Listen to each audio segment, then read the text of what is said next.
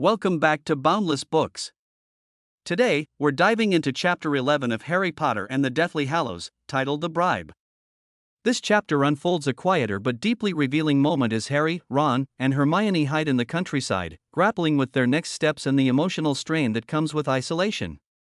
It's a chapter about loyalty, doubt, and the difficult decisions that come with standing up against darkness. The chapter opens with the trio camping in the wild after fleeing from the wedding and escaping the Ministry's new regime. They rely on Hermione's well-prepared beaded bag, which contains everything they need to survive, from a tent to food supplies. However, the uncertainty of where to go next begins to weigh heavily on them. Their only concrete lead is the locket Horcrux, which they retrieved from Umbridge.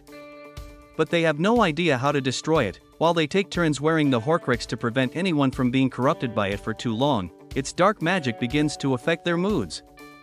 Paranoia, irritability, and doubt start seeping in. Harry struggles with guilt. He feels he's led them into danger without a plan.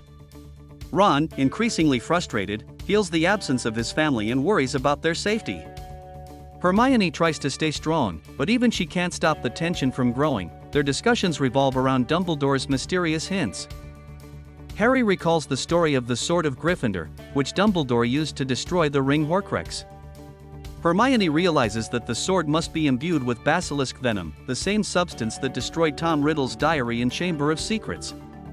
However, the sword they saw in Dumbledore's office was a fake. The real sword must be hidden somewhere. The mood shifts when they hear a knock outside the tent one night. It's Remus Lupin, who has tracked them down. His sudden appearance brings relief and confusion in equal measure. Lupin explains that he left Tonks behind because she is pregnant and he feels ashamed, believing his condition as a werewolf will make the child's life miserable. He offers to join Harry, Ron, and Hermione on their mission, saying his experience could be valuable. Harry, however, reacts with unexpected anger. He accuses Lupin of abandoning Tonks and their unborn child. Their argument becomes heated. Harry says that Lupin is being cowardly, just as his own father, James Potter, would never have run away from his responsibilities. Lupin's face hardens, and in fury, he leaves the tent, furious and humiliated. After Lupin's departure, the atmosphere grows heavy.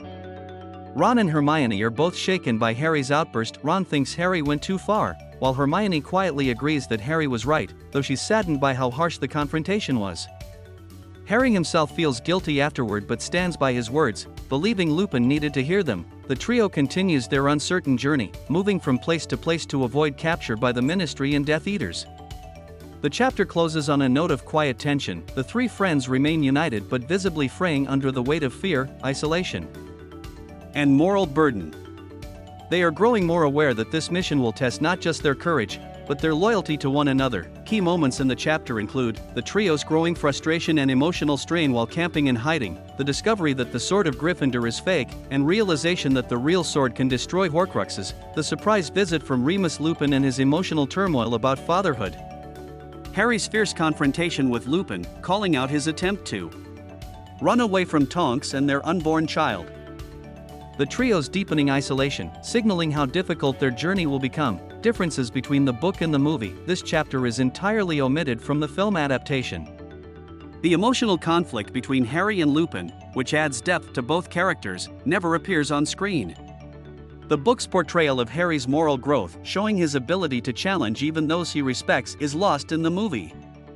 Similarly, the tension of life on the run, with the Horcrux's influence and the growing despair, is only lightly touched upon in the film version. That wraps up Chapter 11, The Bribe. This chapter gives us a more intimate look at the trio's emotional struggle and Harry's growth as a leader who isn't afraid to speak the truth even when it's painful. What do you think about Harry's confrontation with Lupin? Was he right to call him out? Share your thoughts in the comments below, and don't forget to like, subscribe, and join us next time for Chapter 12, Magic is Might.